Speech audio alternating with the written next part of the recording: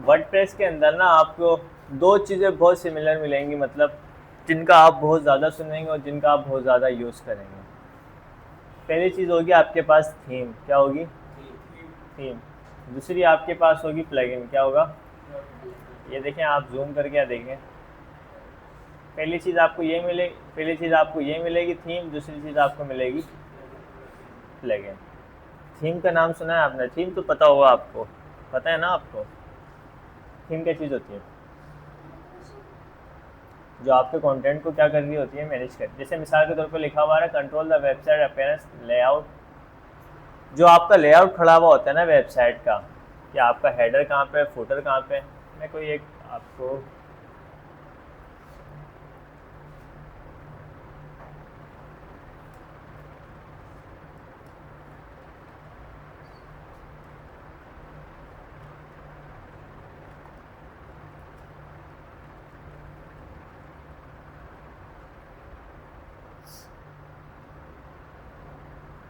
ये मेरे पास ओपन हो जाए, ये एक वेबसाइट बनी हुई है वर्डप्रेस के ऊपर। किसके ऊपर बनी हुई है? वर्डप्रेस के ऊपर बनी हुई है।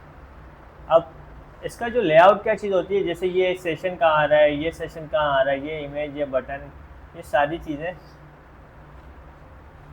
ये किससे हो रही है? थीम से हो रही है आपके पास।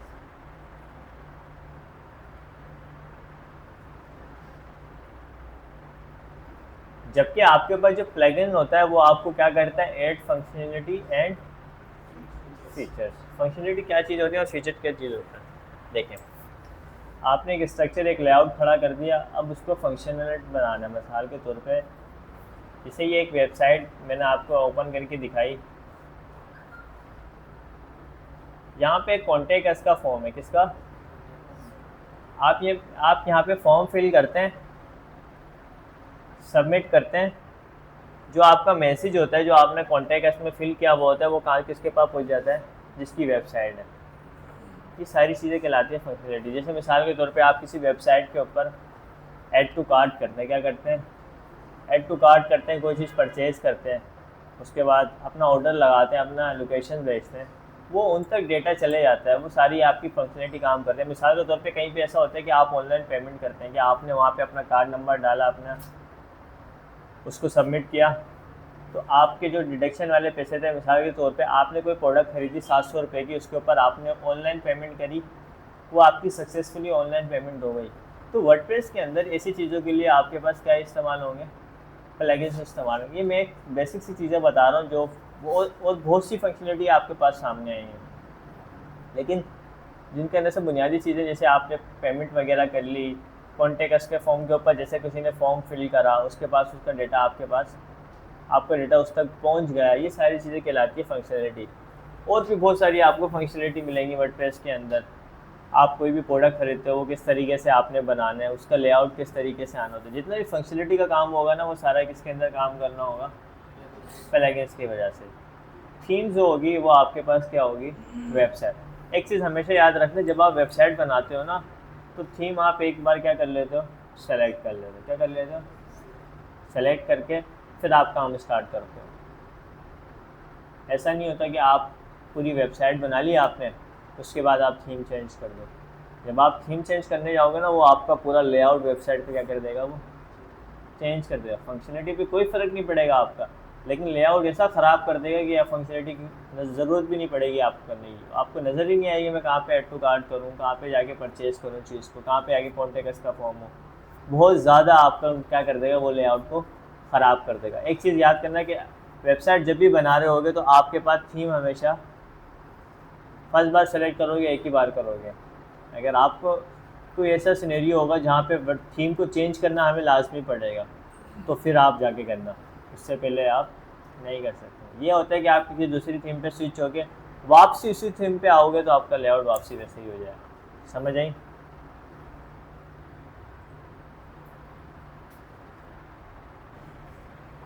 HTML CSS बुनियादी से बताया मैंने आपको, बिल्कुल बेसिक। समझो कि आपको मैंने 100% का 2% बताया। वो आपके ऊपर डिपेंड करता है, वो आप किस तरीके से प्रैक्टिस करते हैं। एक चीज़ होती है कि आप सेल्फ स्टडी, क्या होती है? क्या आपको मैंने एक चीज़ पढ़ाई, आपको एक मैंने टॉपिक बता दिया HTML। HTML के अंदर बहुत सी आपको चीज़ें मिलेंगी, बहुत सी चीज़ें मिलेंगी, बहुत सारे टैग्स मिलेंगे। वो आपकी प्रैक्टिस है कि वो आप किस तरीके से मैनेज करते हैं। क्योंकि मैं जो पढ़ाऊँगा वो आपको ऐसा नहीं कि 100% पढ़ा दूँगा, वर्डप्रेस बिल्कुल ख़त्म करवा दूँगा। मैं आपको तरीके बता दूँगा कि किस तरीके से वेबसाइट बनती है। एक चीज़ हमेशा याद रखना, IT फील्ड के अंदर चीज़ें अपडेट्स होती हैं। क्या होती हैं? चीज़ें अपडेट्स होती हैं। अगर आज से 10 साल पहले, 15 साल पहले आपके किसी रिश्तेदार, किसी रिलेटेड ने एक्सेल पढ़ा था और उसने वो एक्सेल पढ़ने के बाद छोड़ दिया, तो उसको आज का एक्सेल दिखाना वो परेशान हो जाएगा वो कि ये क्या चीज़ है और पीछे की 15 साल पहले क्या एक्सेल था। तो चीज़ें अपडेट होती हैं। आप कोई भी फील्ड पढ़ते हो, जैसे मिसाल के तौर पे आपने बायो पढ़ोगे, वो आपकी, या आपने मेडिकल पढ़ रहे हो, आर्ट्स पढ़ रहे हो, कुछ भी पढ़ रहे हो, जो आपको पढ़ाया जा रहा है वो आपको 100% पढ़ाया नहीं जा रहा। वो आपकी सेल्फ स्टडी होती है कि वो आप किस तरीके से करते हैं। हाँ, ये है कि आप कोई चीज़ घर से पढ़ के आओ तो वो आप मुझसे पूछो सर ये क्या चीज़ है, ये हमने नहीं पढ़ा। वो आपके ऊपर डिपेंड करता है। प्रैक्टिस नहीं करोगे, प्रैक्टिस के बगैर कुछ भी नहीं है IT। मैं आपसे नहीं बोल रहा कि आप भाई वर्डप्रेस की डेफिनेशन याद करो, HTML की डेफिनेशन याद करो, CSS की डेफिनेशन याद करो, कोई रट्टा नहीं लगाओ। बस ये कि आप अपनी जो प्रैक्टिस है उसको अच्छा करें। IT फील्ड के अंदर आप आगे चल के देखेंगे, या आपका कभी वास्ता पड़े IT फील्ड के अंदर, आपको अक्सर ऐसे लड़के भी मिलेंगे जिन्होंने इंटर मैट्रिक के अंदर उनकी सप्लियाँ लगी हुई होंगी, लेकिन वो IT के अंदर काम कर रहे हैं और अच्छे खासे पैसे कमा रहे हैं। वो अच्छा खासा काम आता है उनको। वो सारी चीज़ इसलिए आती है क्योंकि उन्होंने प्रैक्टिस करी है। स्कूल के अंदर वो जो नहीं पढ़ रहे वो उनका एक अलग मैटर है, चीज़ों को उन्होंने याद किया हुआ है। याद कैसे किया हुआ? प्रैक्टिस करके। एक चीज़ होती है कि आप किसी बुक के ज़रिए याद करें, एक चीज़ होती है आप प्रैक्टिस करके याद करें। एक होती है थ्योरी, एक होता है प्रैक्टिकल। थ्योरी पढ़ना भी आपके लिए बहुत ज़रूरी है, लेकिन आपका प्रैक्टिकल भी आना ज़रूरी है। ऐसा नहीं है बगैर थ्योरी के प्रैक्टिकल किए हुए आपको चीज़ें समझ आ जाएंगी। ऐसे ही है ना, मिसाल के तौर पे मैंने आपको थ्योरी नहीं पढ़ाई, मैं आपको प्रैक्टिकल करते करते चीज़ें समझा रहा होता हूँ कि भाई ये क्या चीज़ है, ये क्या चीज़ है, वो एक अलग चीज़। अब मैं आपको एक बुक ला के दे दूँ वर्डप्रेस की, और रोज़ मैं वर्डप्रेस का एक चैप्टर पढ़ाऊँ आपको, वो चीज़ कितनी मुश्किल होगी आप चीज़ों के समझ। तो इसी तरीके से आप प्रैक्टिस नहीं करेंगे, आपको चीज़ें समझ नहीं आएंगी। आप जो कुछ पढ़ रहे हैं घर पे जाके सर्च करें, उनका रिसर्च करें। रिसर्चिंग जितनी अच्छी रखोगे ना आपकी, वो होगा। मैंने यहाँ पे अभी वर्डप्रेस डाउनलोड करते वक्त एक चीज़ आई थी, इंस्टॉलेशन गाइड। अगर आप इस पर क्लिक करोगे ना, ये आपको पूरी डॉक्यूमेंटेशन बता देता है कि वो भाई किस तरीके से वर्डप्रेस डाउनलोड करते हैं, ये बता रहा है ये डॉक्यूमेंटेशन। ये जितनी आपकी अच्छी स्ट्रॉन्ग होगी ना, चीज़ें समझना, उनको पढ़ना, हर चीज़ ChatGPT नहीं करना। स्टार्ट के अंदर जब आपका बेसिक चल रहा है ना, ChatGPT नहीं करना। ChatGPT जब करना जब आप किसी फील्ड के अंदर एक्सपर्ट बन जाओ। क्या बन जाओ? आपको पता हो मैं ये काम कर लूँगा, लेकिन इसके अंदर मुझे टाइम लगेगा, वही काम आप ChatGPT के ज़रिए जल्दी कर लोगे, तो वो आप अपनी आसानी के लिए कर लोगे। एक चीज़ आपको आती ही नहीं है, आप अपने प्रैक्टिस के लिए भी ChatGPT इस्तेमाल करोगे तो वो सही नहीं है। कंटेंट के लिए इस्तेमाल कर लेना। जैसे मिसाल के तौर पे आपको अबाउट अस वेबसाइट के अंदर कोई सेशन है, उसका कंटेंट चाहिए, वो ChatGPT से लिखा लो टेक्स्ट, लेकिन कोई कोड लिखवाना, ये सारी चीज़ें नहीं। यूट्यूब देख लो, गूगल देख लो, आपको तरीके मिल जाएंगे। ChatGPT AI टूल्स तो अभी आए कुछ सालों पहले, उससे पहले भी वेबसाइट्स थी ना। फेसबुक कितना पुराना है, तो वो कैसे काम करते थे। तो ये बुनियादी चीज़ें आपको, आपने जो वर्डप्रेस डाउनलोड कर लोगे ना,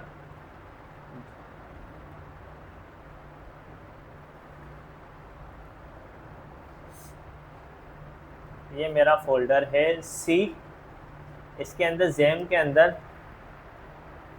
किस फोल्डर के अंदर था मैं?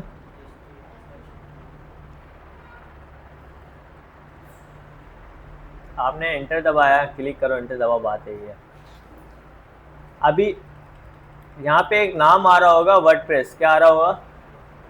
सबका वर्डप्रेस आ रहा होगा। क्या नाम आ रहा होगा? वर्डप्रेस। अभी हम इस नाम को रीनेम कर देंगे। क्या कर देंगे? रीनेम तो पता है ना क्या होता है? F2 दबाओ, वो आपको ऑप्शन दे देगा रीनेम का, वरना आप राइट क्लिक करके, चला ये तो फोल्डर है ना, F2 दबा दो। यहाँ पे मैंने लिख लिया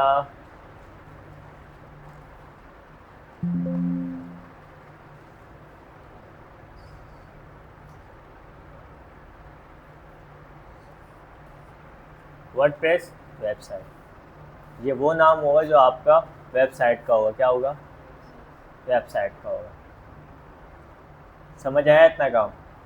मैंने कुछ नहीं किया, मैंने डाउनलोड किया उस फाइल को गूगल से जाके, उसके बाद उसको एक्सट्रैक्ट किया। एक्सट्रैक्ट करने के बाद उस फोल्डर को मैंने कहाँ पे रख दिया? सी के अंदर, जैम के फोल्डर के अंदर। जैम के अंदर एक और फोल्डर होगा htdocs का, वहाँ पे आपने क्या कर दिया?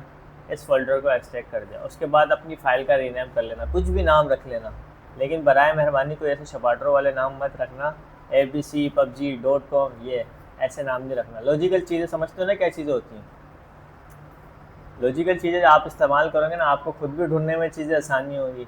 अब मैं एक फ़ाइल बना के रोज़ ABCD करके सेव कर लूँ, रोज़ एक फ़ाइल बना के वर्ड की डॉक्यूमेंट, जब आपने उसको कुछ टाइम बाद ढूंढने की कोशिश करूँगा ना, मुझे फ़ाइल देख के भी सब, एक होता है कि आपको फ़ाइल देख के समझ आ जाता है उसके नाम से ये क्या चीज़ है, एक होता है आपने वो एंटर करनी पड़ेगी फिर आपको काम देख के समझ आएगा।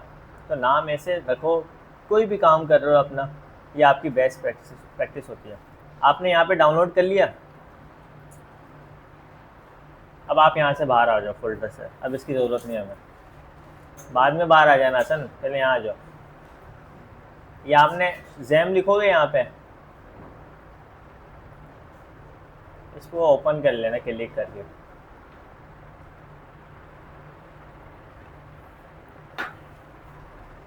यहाँ पे दो ऑप्शन दे रहा होगा आपको स्टार्ट किया, अपाची और SQL, MySQL। अपाची और MySQL। आपने फोल्डर का रीनेम कर दिया, आपने विंडो का बटन दबा के जैम पे एंटर दबाया, आपके पास आ गया ये। अब आपने दोनों को क्या कर देना है? स्टार्ट। क्या कर देना है? स्टार्ट कर दिया। एडमिन,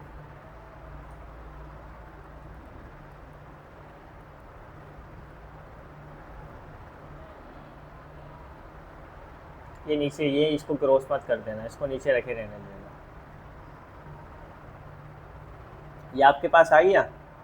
मैंने क्या करा, यहाँ से जाके एडमिन पे क्लिक कर दी। क्या कर दिया? वो आपके पास खुद ब खुद गूगल के ऊपर लेके चले जाएगा। अब इसको हटा देना। क्या लिखा हुआ आ रहा है? PHP MyAdmin local host.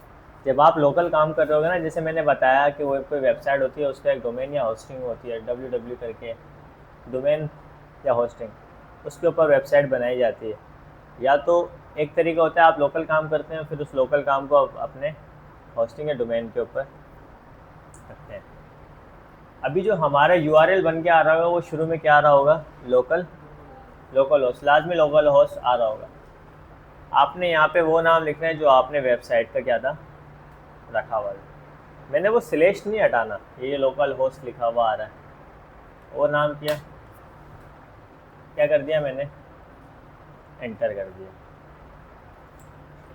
यहाँ तक जल्दी से करें हम।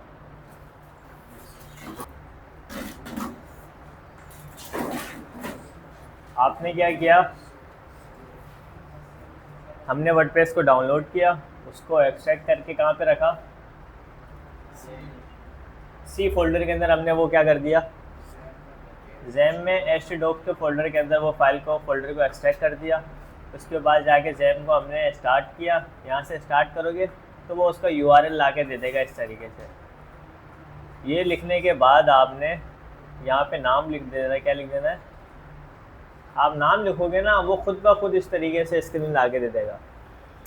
जब आपने नाम लिखा ना, उसके बाद आपने WP admin ये setup config.php ये आपके पास नहीं आया। ये आया नहीं आया ना, खुद ब खुद आया ना, ये आपने खुद लिखा, खुद ब खुद आया, वो खुद ब खुद आपके पास आ जाएगा। यहाँ पे लिखा हुआ आ रहा है PHP। क्या लिखा हुआ आ रहा है? ये वास्ता आपका बढ़ता रहेगा। यहाँ पे समझ, लैंग्वेज आपको कौन सी सेलेक्ट करनी है, कौन सी करें? उर्दू कर लें? इंग्लिश कर लें। मोबाइल आप उर्दू में चलाते हो? उर्दू में हो जाता है तो कभी चलाया जाता है, इंग्लिश कर लेंगे आप। उसके बाद क्या लिखा हुआ आ रहा है? ये सेटअप होता है वर्डप्रेस को इंस्टॉलेशन करने का। नहीं आगे नहीं बढ़ो, बोला ना मैंने, कर लेना सेकंड से।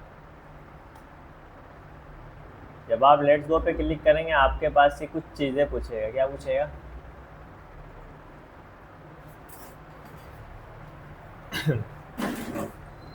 एक चीज़ और समझ लेना, जो आपकी वेबसाइट होगी ना उसका एक डेटाबेस बनेगा। क्या बनेगा? डेटाबेस। डेटाबेस कहलाया जाता है जो आपका वेबसाइट होती है या जो भी एप्लीकेशन होती है उसके अंदर जितना भी कंटेंट आ रहा है, चीज़ें आ रही हैं, चीज़ें मैनेज हो रही हैं। जैसे मिसाल के तौर पे ऐड टू कार्ट करते वक्त आप किस यूज़र ने लॉगिन किया, किसने फॉरगेट किया, कौन आपके अकाउंट से चला गया, ये सारी चीज़ें जो होती है वो आपके डेटाबेस के अंदर सेव होती हैं। क्या होती है? डेटाबेस के अंदर सेव होती हैं। बस इतना याद रखो, घर पे जाके इन चीज़ों को पढ़ना आप, डेटाबेस क्या कहलाई जाती हैं चीज़ें। और किसी अगर यूट्यूब पे वीडियो देखो ना तो उसके पहले सबसे पहले सब्सक्राइबर देखना, सब्सक्राइबर के बाद उसके व्यूज़ देखना, व्यूज़ के बाद उसके कमेंट देखना। तो ऐसी वीडियो मत देख लेना जो खुद भी घूम जाओ और मुझे भी घुमा दो, क्योंकि आपको मिलेंगी ऐसी, और पाकिस्तानी तो मिलेंगे नहीं, आपको बहुत कम मिलेंगे। तो आपको हिंदी या आपकी इंग्लिश अच्छी है तो आप इंग्लिश देख लें उसको, या तो उर्दू टाइटल में हिंदी में आ रही होगी तो सही है, वरना आप इंग्लिश देख लें या हिंदी देखें। यहाँ पे लिखा हुआ आ रहा है डेटाबेस। नहीं, हमने वेबसाइट का स्ट्रक्चर बनाना तो वर्डप्रेस के अंदर आप लोकल पे काम करते वक्त डेटाबेस बताना पड़ता है कि आपने जो डेटाबेस बनाया है वो किस नाम से बनाया हुआ और उसको कहाँ मैनेज किया हुआ है। मैंने अपनी वेबसाइट बना ली। जो भी वेबसाइट बनाओगे लोकल के अंदर काम करते वक्त, लोकल की बात कर रहा हूँ, लोकल में काम करते वक्त आप क्या करोगे? एक डेटाबेस बनाओगे। क्या बनाओगे? कुछ नहीं बनाना, आपने बस क्या करना है, उसका नाम लिखना है, एंटर दबाना है, वो डेटाबेस बन जाएगा। बस उस नाम को यहाँ पे लाके क्या कर देना है, रख देना है। नाम कहाँ से आएगा?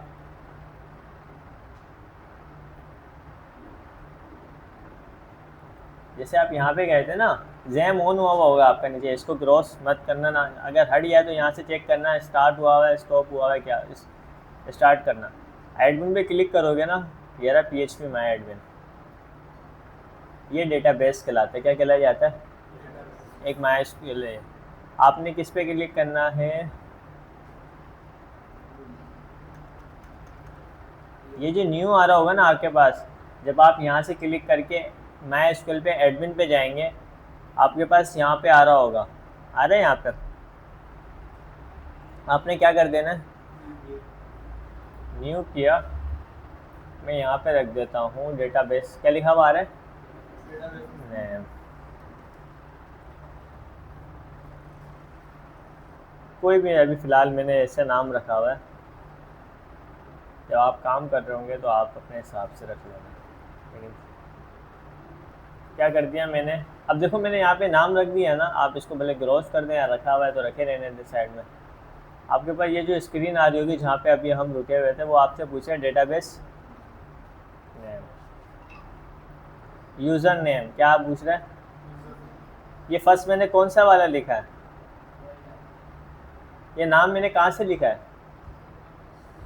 जो मैंने डेटाबेस बनाया है उसका मैंने जो नाम डिफ़ाइन करा है वो यहाँ पे क्या करा है, मैंने लिखा है। चीज़ें नहीं समझ आए ना तो आप सवाल करा करो, पूछा करो, परेशान मत रहा करो। अब मैंने यहाँ पे यूज़र नेम पे क्या लिखना है? रूट। ये तरीका ऐसे ही है। फर्स्ट जो डेटाबेस का नाम होगा ABCD जो भी रखना है वो मत रखना, वो तरीके वाला नाम रखना। आपने यहाँ पे नाम लिखा, ये जो यूज़र नेम है यहाँ पे आप क्या लिखेंगी? रूट लिखेंगे।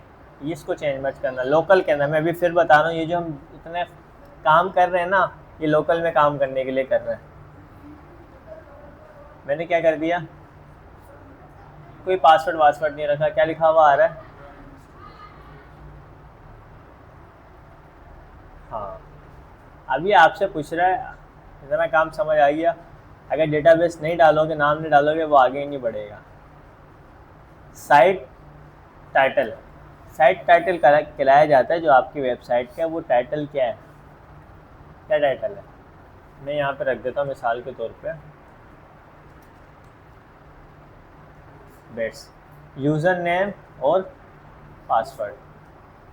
कोई भी अकाउंट बनाया है कभी तो उसके अंदर आपसे यूज़र नेम और पासवर्ड, जब आप लॉगिन कर रहे होते हो ना तो वो आपसे यूज़र नेम और, ज़्यादातर यही होता है, ज़्यादातर आप कोई भी वेबसाइट के ऊपर यूज़र नेम और पासवर्ड डाल दो। एक होता है रजिस्ट्रेशन करना, उसके बाद क्या चीज़ें पूछता है वो आपसे, यूज़र नेम और पासवर्ड। यूज़र नेम में रख देता हूँ एडमिन, पासवर्ड अभी तो हम ऐसे ही रख लेंगे, लेकिन स्ट्रॉन्ग पासवर्ड होना चाहिए। स्ट्रॉन्ग पासवर्ड कहलाया जाता है जिसके अंदर आपके नंबर्स आ रहे हो, अल्फ़ाबेट्स आ रहे हो और स्पेशल कैरेक्टर्स, पता है क्या होते हैं, @ डॉट, ये सारी चीज़ें आ रही हैं।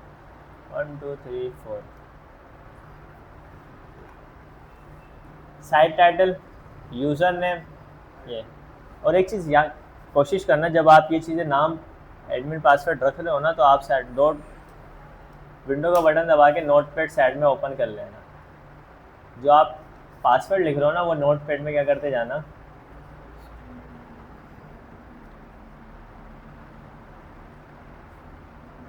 वन टू थ्री फोर, इसको मिनिमाइज़ कर दिया मैंने ताकि मुझे परेशानी ना। अब ये पूछ रहा है कंफर्म, हाँ भाई वीक पासवर्ड है, मैं कंफर्म कर रहा हूँ। यूर ईमेल, अपनी ईमेल डालो तो ज़्यादा अच्छा है। अभी मैं किसकी डालूँगी,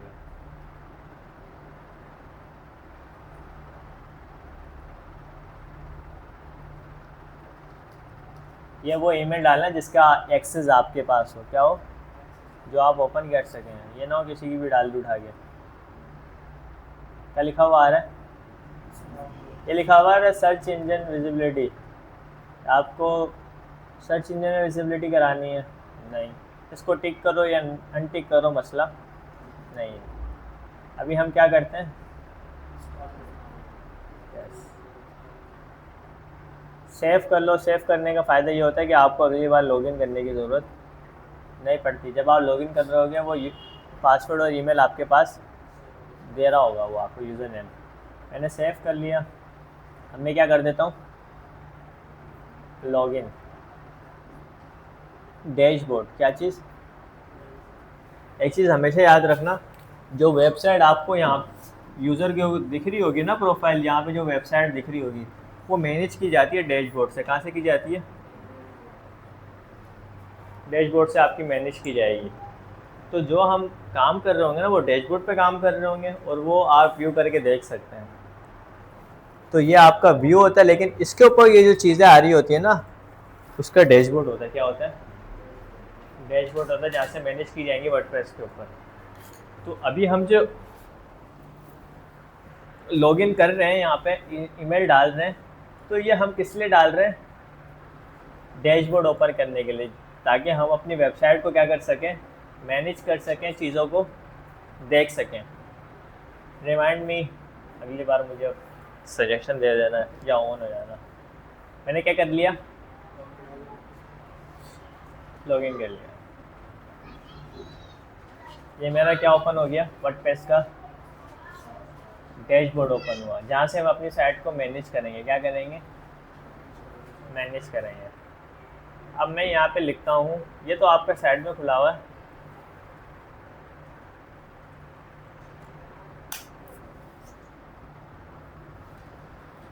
क्या आ रही है,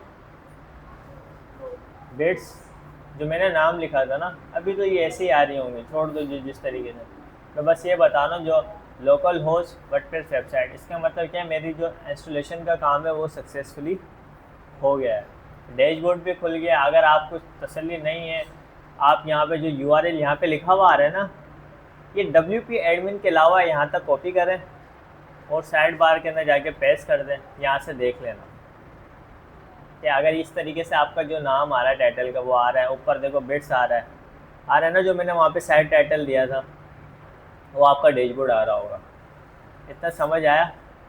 अब मैं इसी के आगे WP/ एडमिन एंटर दबाया, डैशबोर्ड खुल गया। वरना यहाँ पे जाओ, क्या लिखा हुआ आ रहा है, इस टॉप पे ही लिखा हुआ आ रहा होगा, वरना देखो यहाँ से आप लिख लो लोकल होस्ट, जो आपकी वर्ड नाम आ रहा होगा वो, वरना यहाँ से आप विजिट साइट पे क्लिक करोगे वो आपको ओपन करके ला के दे देगा। समझ आया इतना काम है? बस जल्दी से ये काम करें।